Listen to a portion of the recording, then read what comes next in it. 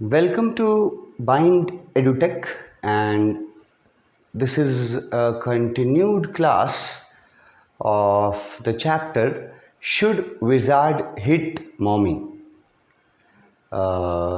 ये चैप्टर का conclusive part हम लोग डिस्कस कर रहे हैं, जिसमें अभी तक हम लोगों ने डिस्कस किया कि वहाँ पे जो फर्नीचर्स थे उसमें से बहुत सारे वुडन फर्नीचर्स थे and they were all around the room. So Jack felt as if he was in a cage, क्योंकि चारों तरफ लकड़ी का फर्नीचर है, मतलब ऐसे they were all around them. तो जैक को वो जो लकड़ी के जो फर्नीचर्स थे वो एक केज जैसा लग रहा था उसको अंदर. फीलिंग जैसे कोई पिंजरे में बंद हो जाता है, वैसे ही पिंजरे में बंद होने वाला फीलिंग मिला जैक को. जैक ऐसा फील करती है, फील करता है. और उसके बाद क्या क्या चीज़ें थी वो तो बता दिए बेस बोर्ड तक. फिर पेंटिंग का वर्क कितना हुआ था, कितना बाकी था, ये सब बताया गया है. जैसे यहाँ से देखो, वॉज हाफ ओल्ड टैन, और यहाँ देखो हाफ न्यू आइवरी. अब एक वर्ड हो गया टैन, ओल्ड टैन, और एक वर्ड हो गया न्यू आइवरी. और आइवरी के बगल में हम लिख दिए हैं कि आइवरी जो है वो एक कलर का नाम है, आइवरी. वैसे आइवरी वर्ड, यही आइवरी वर्ड और भी चीज़ों के लिए यूज़ होता है, या पार्टिकुलरली कुछ लोग ये जानते भी होंगे कि आइवरी वर्ड जो है वो हाथी दांत के लिए यूज़ होता है. Excuse me. हाथी का जो दांत होता है ना, उसको भी सीधे सीधे आइवरी बोलते हैं. और आइवरी अगर कलर के रूप में लोगे तो बस जिस कलर का उसका दांत होता है हाथी का, दो लंबे लंबे दांत होते हैं हाथी के, तो वो जिस कलर के होते हैं ना, ऑफ वाइट कलर तो वाइट ही रहता है पर ऑफ वाइट रहता है, ब्राइट वाइट नहीं रहेगा. ऑफ वाइट कलर का उसका जो दांत होता है हाथी का, उसके लिए भी ये आइवरी वर्ड यूज़ करते हैं हम लोग. और ये कलर के लिए हम लोग तब यूज़ करेंगे जब हाथी दांत जैसा कलर का कोई चीज़ हो, तो उसको आइवरी कलर बोलेंगे, क्योंकि हाथी दांत को ही पार्टिकुलरली आइवरी बोला जाता है. और कैसा कलर होता है आइवरी का, हाथी दांत का, वो कलर को हम लोग ऑफ वाइट कलर बोल सकते हैं, डल कलर बोल सकते हैं, ठीक है ना. येलोइश वाइट, थोड़ा येलो टिंज रहता है उसमें. तो यहाँ ऑफ वाइट सबसे अच्छा आसान है याद रखना कि ऑफ वाइट कलर का आइवरी होता है, और उसी कलर का पेंट भी यूज़ किया जा रहा था क्लेयर के द्वारा. जो पेंट कर रही थी, तो पेंट करने के लिए किस कलर का पेंट कर रही थी, किस कलर से पेंट कर रही थी, अगर पूछा तो आपको कलर का नाम में देना होगा आइवरी. और अगर आइवरी नहीं है ऑप्शन में तो आपको खोजना होगा ऑफ वाइट. इस तरह के कलर, इस तरह का कलर जो है वो कर रही थी पेंट, वुडन फर्नीचर्स को कर रही थी क्लियर. बताया है कि आधा फर्नीचर्स जो थे, मतलब हाफ ऑफ द फर्नीचर्स, जो आधे फर्नीचर्स थे वो अभी पेंट नहीं हुए थे। हाफ ओल्ड टैन मतलब डार्क कलर, टैन, जैसे आइवरी वर्ड समझना है वैसे ही टैन वर्ड भी समझना है। टैन का मतलब होता है डार्क कलर, टैनिंग बोलते हैं, डार्क कलर, ठीक है।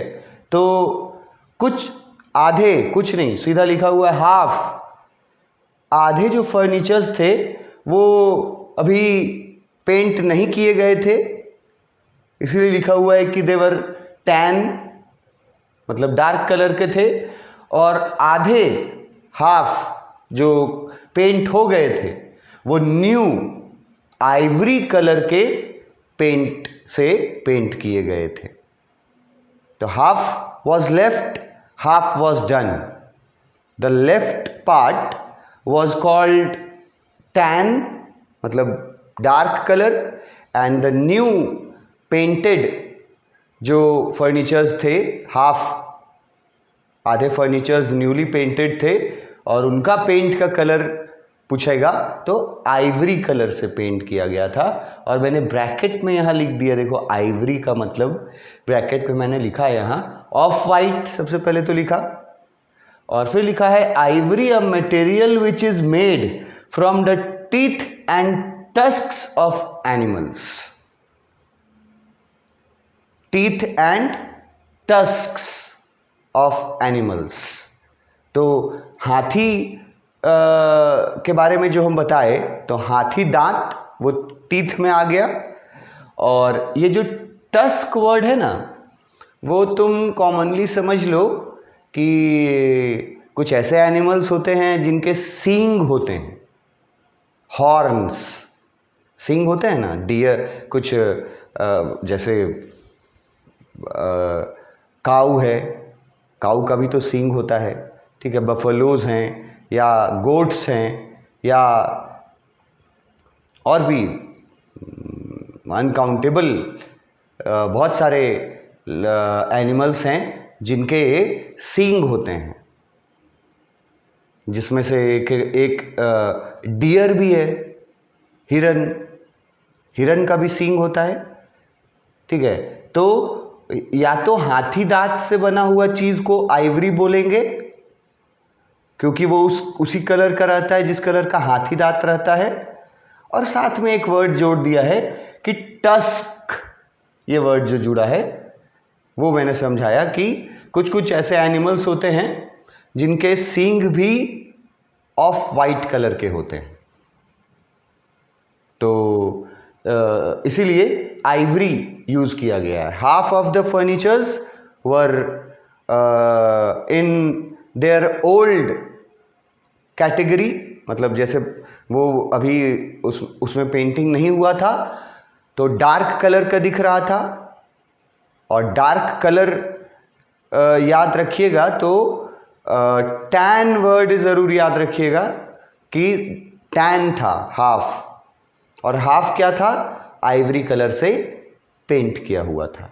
तो इस तरह चारों तरफ all around Jack and clear ये वुडन फर्नीचर्स जो आधे पेंट किए जा चुके थे और आधा पेंट करना बाकी था, वो सारे वुडन फर्नीचर्स इनके चारों तरफ बिखरे हुए थे मतलब रखे हुए थे। इसीलिए यही जब देखता है जैक उन वुडन फर्नीचर्स को के बीच अपने आप को जब वो पाता है, तब उसको फील होता है जैसे ये कोई केज है, क्योंकि केज में भी ऐसे ही बाउंड्रीज दिए हुए रहते हैं, तो वैसा ही कंसीडर करता है वो कि वो एक केज में फंसा हुआ है, और केज बोला है वुडन फर्नीचर्स को, that were all around them different, wooden furnitures में तुम्हारा बहुत कुछ आ जाता है। तो रेलिंग्स हैं, बेसबोर्ड्स हैं, मोल्डिंग्स हैं, ठीक है, ये सारे वुडन फर्नीचर्स चारों तरफ थे। तो उसको एक बार को फील होता है कि जैसे वो जेल में आ गया हो, मतलब चार दीवारी के बीच वो फंस गया हो, स्टक हो गया हो। और he felt caught in an ugly middle position। यहाँ पे जो एंडिंग सेंटेंसेस हम लोग पढ़ रहे हैं, इसमें सिर्फ और सिर्फ जैक का मन में जो थॉट्स चल रहे हैं, उन्हीं थॉट्स को डिस्क्राइब किया गया है कई तरीके से। और जैसा मैंने कहा कि डिस्क्राइब करने के बाद, मोरल क्वेश्चन रेज करने के बाद ऑथर उसका आंसर नहीं देते हैं, सल्यूशन नहीं बताते हैं। तो यहाँ भी अनसॉल्व्ड रह जाते हैं बहुत सारे क्वेश्चंस की कौन सही था, कौन गलत था। और जब वो अपने आप को एक केज में घिरा हुआ पाता है, केज यहाँ सिंबॉलिक है, ठीक है। अब इसका एक इजी मीनिंग तो निकाल दिए हम तुमको कि वुडन फर्नीचर्स से घिरा हुआ था, इसीलिए केज बोला है। ये थोड़ा मतलब इजी ये हुआ उसका एक्सप्लेनेशन। और अगर ब्रॉडर सेंस में लोगे तो केज किसको बोला है पता है? केज परहैप्स, शायद केज जैक के लिए उसका लाइफ, जिस तरह का लाइफ वो बिता रहा है, मैरिड लाइफ जो वो बिता रहा है, जिसमें वो उसके 2 बच्चे ऑलरेडी हैं और तीसरा एक्सपेक्टेड है, 6 मंथ्स प्रेग्नेंट। तो ये केज कहीं ना कहीं एक दुनिया को भी रिप्रेजेंट करती है, द होल वर्ल्ड। ये पूरी दुनिया एक केज है और हम सब इस केज में फंसे हुए हैं। और इससे कैसे बाहर निकल सकते हैं, ये सिर्फ सोचते रहते हैं हम लोग। तो ये पूरा वर्ल्ड को एक केज की तरह माना गया, ब्रॉडर सेंस में अगर इसको लिया जाए तो। और कलर वगैरह याद रखना, आइवरी वर्ड याद रखना, ठीक है। अब फिर यहाँ लिखा हुआ है कि केज में उसको जो फील हो रहा था, उसी का अल्टरनेटिव, उसी से मिलता जुलता फिर एक वाक्य है टेक्स्ट बुक में। He felt caught in an ugly middle position। यहां ही जैक के लिए यूज किया है और वो उसको लग रहा था, he felt, जैसे वो caught वर्ड लिखा गया है वहां देखो। और अगली मिडिल पोजीशन का मतलब क्या बता दिए? Bad position. अगली मतलब तो ये बैड, मिडिल पोजीशन मतलब एक ऐसे सिचुएशन में वो पड़ गया है, फंस गया है। कॉट, एक ऐसे सिचुएशन में वो फंस गया है जो बहुत अगली पोजीशन है, अगली मिडिल पोजीशन है, वेरी बैड पोजीशन है। ऐसा क्यों बोला जा रहा है? एज दो he was felt, he as felt his wife's presence in the cage with him। और ऐसा नहीं है कि जैक सिर्फ खुद के बारे में बोल रहा है कि उसको ये फील हो रहा था जैसे वो किसी केज में फंसा हो।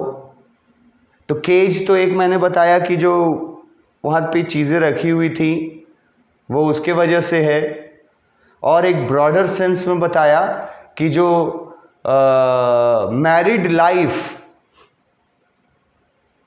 और जो एक फादर का रिस्पॉन्सिबिलिटी निभाने वाला लाइफ जैक जी रहा था, उस पूरे लाइफ को भी वो केज बोलता है।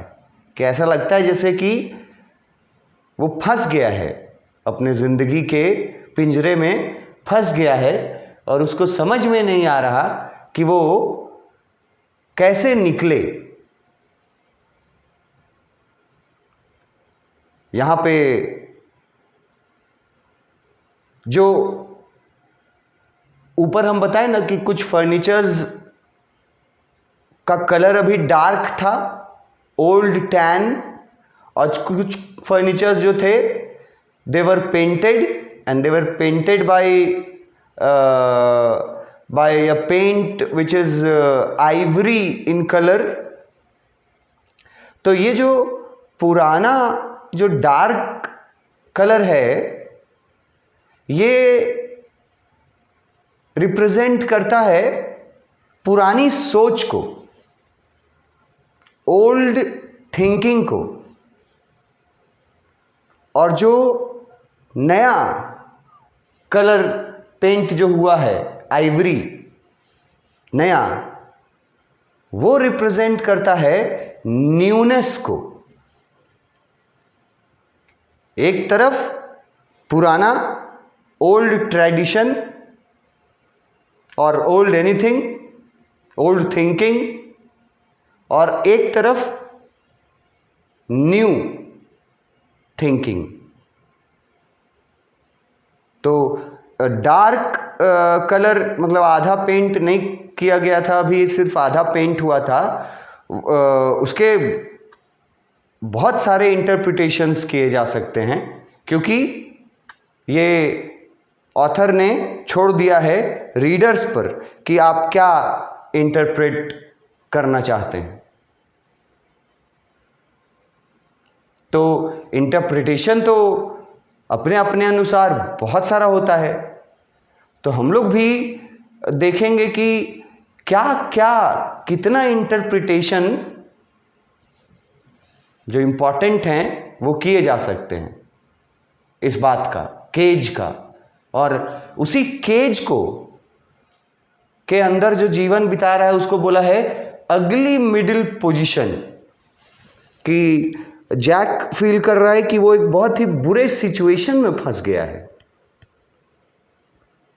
और बुरा सिचुएशन क्या है, अगर इजी वर्ड्स में बोला जाए तो वो नई चीजें और पुरानी चीजें, इन दोनों के बीच वो अपने आप को फंसा हुआ महसूस कर रहा था। नई चीजें में बहुत सारी चीजें आती हैं, जैसे नया थिंकिंग, नया आइडियोलॉजी, नया जनरेशन। एक 4 साल 5 साल की बच्ची का जो नया थॉट होता है वो सब न्यूनेस को रिप्रेजेंट कर रहा है। और जैक फंस गया है बीच में, मिडिल में, और बहुत खराब पोजीशन में है।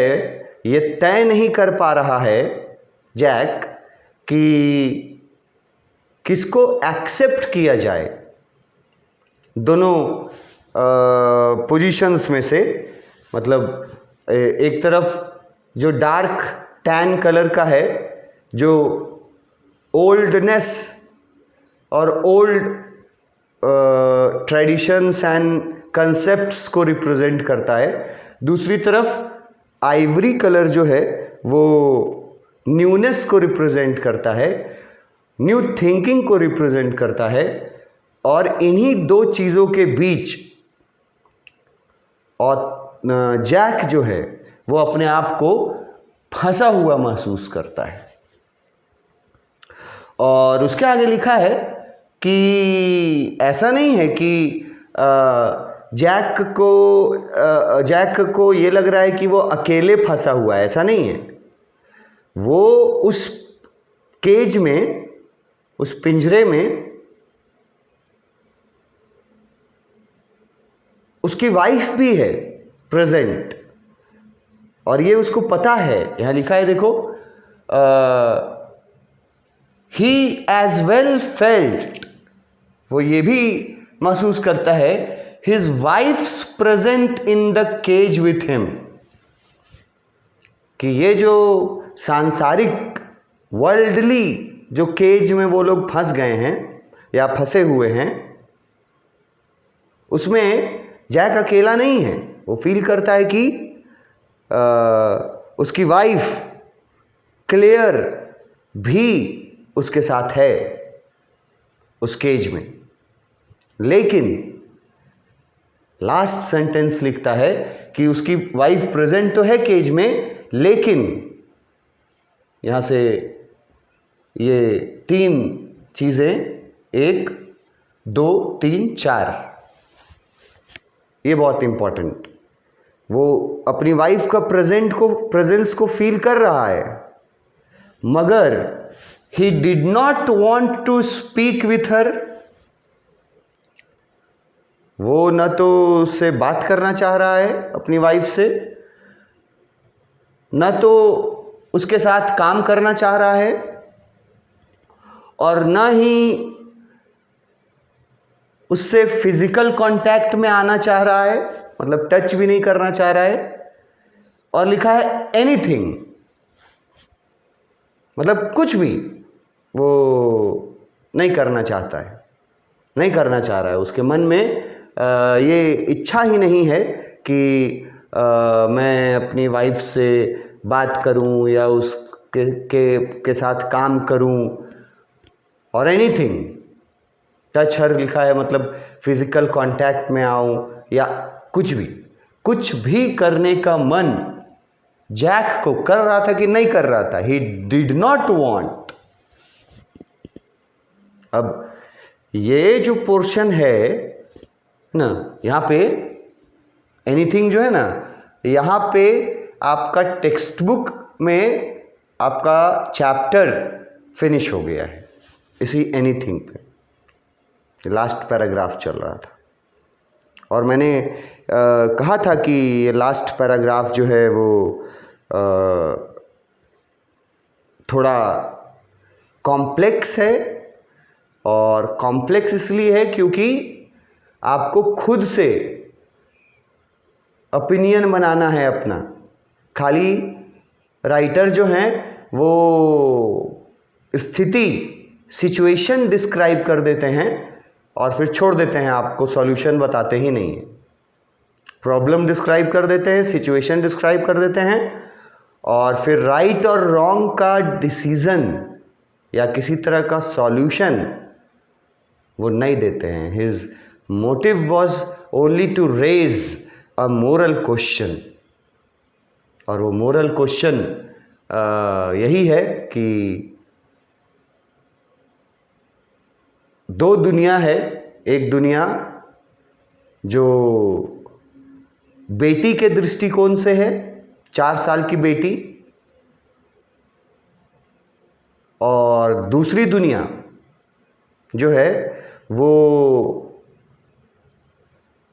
रियल वर्ल्ड है, जो प्रैक्टिकल वर्ल्ड में जी रहे हैं, एक्चुअल वर्ल्ड है, वो दूसरी दुनिया है।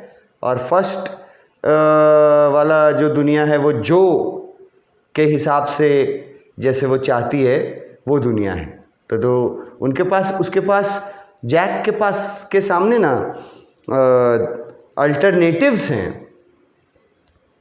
कि इस दुनिया में हम जीना पसंद करें या इस दुनिया में जीना पसंद करें, इस चीज़ को एक्सेप्ट करें या इस चीज़ को एक्सेप्ट करें। सो इन द कंक्लूडिंग लाइन्स, ये जो कंक्लूडिंग लाइन्स है, जिसमें ये बोला गया कि वो अपने आप को फंसा हुआ महसूस कर रहा था between old things and new things, between old thinking and new thinking. इस चीज में बिटवीन ओल्ड वर्ल्ड एंड मतलब dreamy world and real world, इन चीजों के बीच वो फंसा हुआ महसूस करता है, अपने आप को क्या बोलते हैं उसको,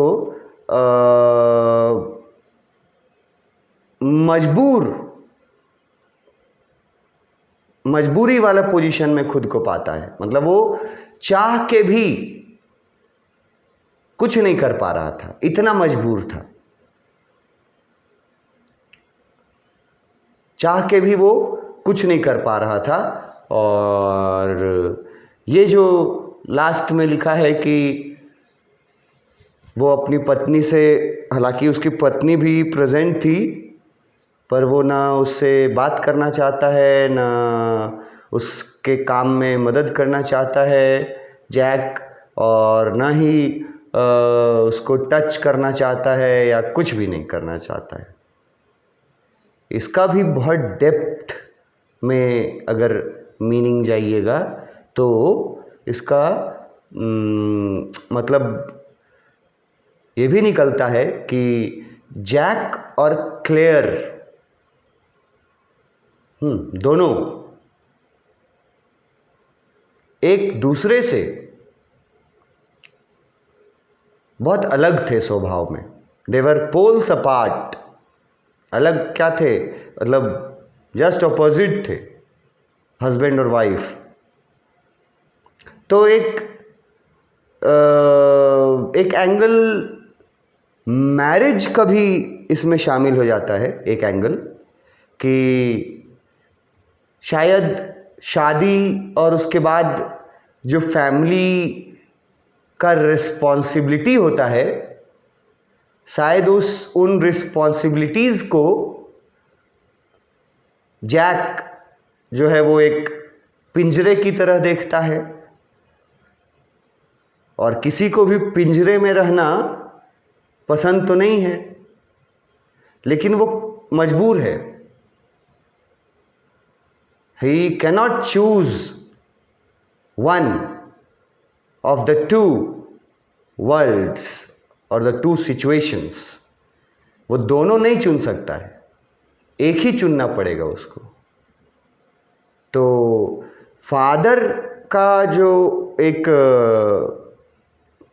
कंट्रीब्यूशन होता है फैमिली के लिए, ये अभी मैंने कुछ समय पहले ही मैंने शायद कहीं सोशल मीडिया पे ये किसी का मतलब स्टेटमेंट, कोई सेलिब्रिटी ना, उसका स्टेटमेंट मैंने सुना था, जो इसी बारे में था कि हम लोग जो हैं वो रियलिटी को और फिक्शन को, मतलब काल्पनिक चीज़ों को और रियल चीज़ों को हम लोग कंपेयर करने लगते हैं, जबकि दे आर पोल्स अपार्ट। और फादर्स के बारे में जो बात मुझे याद आई थी कि बड़ा एक इमोशनल एक डायलॉग दिया गया किसी कैरेक्टर को टीवी पे एड्स या वगैरह किसी में देखे थे हम, जिसमें ये बोला जाता है कि एक मदर जो है वो अपने बच्चे को 9 महीने पेट में पालती है, ठीक है, 9 months। लेकिन एक फादर अपने बच्चे को जीवन भर पालता है, लाइफ टाइम पालता है। तो फादर का जो रिस्पॉन्सिबिलिटी था और हस्बैंड का जो रिस्पॉन्सिबिलिटी था, इन दोनों रिस्पॉन्सिबिलिटीज के बीच फंसा हुआ महसूस कर रहा था जैक।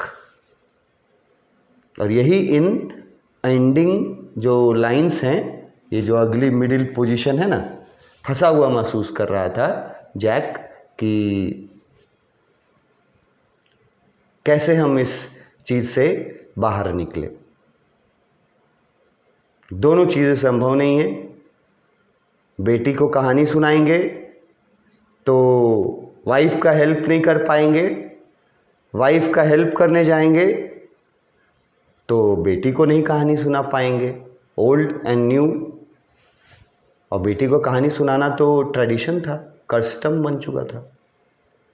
तो इन सब चीज़ों में फंस जाता है जैक। तो अंत में कोई सॉल्यूशन तो नहीं दिया है, बट आपको छोड़ दिया है एज्यूम करने के लिए, पढ़ने वालों के लिए, कि आप खुद सोचिए अब कि कौन सही था, कौन कहाँ पर गलत था, कौन कहाँ पर पूरी तरह से गलत था। तो ये डिसीज़न आपको लेना है। ये चैप्टर आपने पूरा पढ़ लिया है और यही मोटिव है चैप्टर का कि क्वेश्चन रेज कर दिए और अब डिफरेंट ओपिनियंस जानने चाहते हैं कि आप किस एंगल से देखते हैं, किसको सही मानते हैं, किसको गलत मानते हैं। पेरेंट्स एक तरफ है, एक तरफ इनोसेंट चिल्ड्रन हैं। पेरेंट्स मैच्योर हैं, सेंसिबल हैं, ये उनका स्पेशलिटी है, एक्सपीरियंस्ड हैं। लेकिन बच्चे में भी कुछ यूनिक फीचर्स हैं कि बच्चे जो हैं वो इनोसेंट एंड ट्रूथफुल होते हैं। छल कपट उनके मन में नहीं रहता। तो ये दोनों चीज़ों में से कौन सी चीज़ जो है वो सही है, कौन सी चीज़ गलत है, इसका डिसीज़न कहानी के अंत में आप पे छोड़ दिया गया है। और यहाँ कहानी यहीं पे फिनिश कर दिया गया है जब जैक बहुत थका हुआ है और लग रहा है उसको जैसे कि हम किसी पिंजरे में बंद हो गए हैं और उस पिंजरे में उसकी वाइफ भी है, लेकिन ना तो वो अपनी वाइफ से बात करना चाहता है, ना उसके साथ काम करना चाहता है, ना उसके साथ कोई कांटेक्ट करना चाहता है। नथिंग, एनीथिंग, कुछ भी नहीं करना चाहता। तो ऐसे वो सिचुएशन में स्टक हो चुका है, फंस चुका है जैक। तो एक फादर का भी इस स्टोरी के थ्रू एक फादर का रोल पे भी स्ट्रेस दिया गया है कि mothers naturally pledge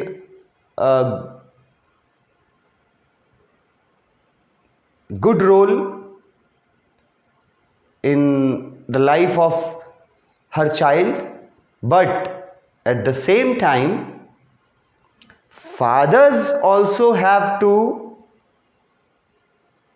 take certain decisions where they consider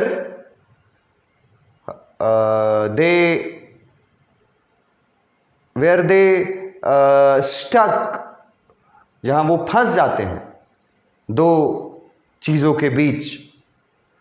तो फादर का भी कितना स्ट्रगल होता है अपने चाइल्ड के लाइफ को, अपने चाइल्ड को ग्रो करने में, उसके तरफ भी थोड़ा पॉइंट आउट किया गया है कि मदर्स तो हैं ही, एग्रीड हैं हम लोग कि मदर्स बहुत रिस्पॉन्सिबिलिटीज़ निभाती हैं अपने चिल्ड्रन के प्रति, पर फादर का रिस्पॉन्सिबिलिटी भी कम नहीं है। जैसा मैंने आपको बोला कि डायलॉग आजकल सुन रहे हैं कि माँ तो अपने बच्चे को 9 महीने पेट में पालती है, जबकि फादर जो है वो जीवन भर बच्चे को पालने का काम करता है। तो इसी बहुत सारे सवालों के साथ कि कौन सही कौन गलत, इन सारे सवालों के साथ ये चैप्टर जो है वो फिनिश कर दिया गया है। और ये मैंने आपको पहले ही बता दिया था कि चैप्टर में कोई सॉल्यूशन नहीं मिलेगा। क्वेश्चंस अराइज करके, क्वेश्चन मार्क लगा करके आपके दिमाग में एक क्वेश्चन मार्क प्रोड्यूस करके छोड़ देगा आपको कि अब तुम खुद डिसाइड करो कि कौन सही कौन गलत, ओल्ड वेज सही है या न्यू थिंकिंग सही है, वगैरह वगैरह वगैरह। ये उसकी लड़ाई है।